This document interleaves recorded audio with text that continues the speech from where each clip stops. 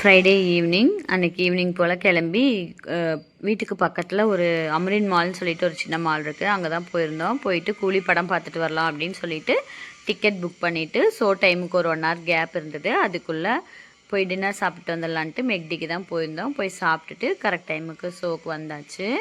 இங்கே மலேசியாவில் வந்துட்டு இடையில இன்ஃபர்மேஷன்லாம் விட மாட்டாங்க. அதனால நாங்கள் உள்ளே போகும்போதே கேரமல் பாப்கார்ன் ஒன்று வாங்கிட்டு போயிட்டோம். நாங்கள் வந்து தலைவன் தலைவி படமே வந்துட்டு நான் இங்கே வந்ததுக்கப்புறம் சேர்ந்து போய் பார்க்கலாம் அப்படின்னு சொல்லிட்டு பிளான் பண்ணியிருந்தோம்.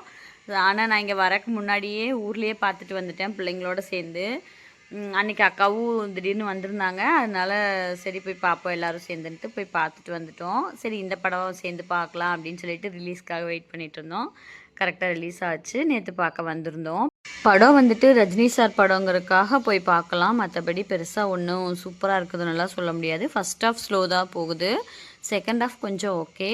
மற்றபடி நாகார்ஜுனா சார் ரொம்ப நாள் கழித்து இந்த தமிழ் சினிமாவில் பார்க்குறதுக்கு நல்லா இருக்குது.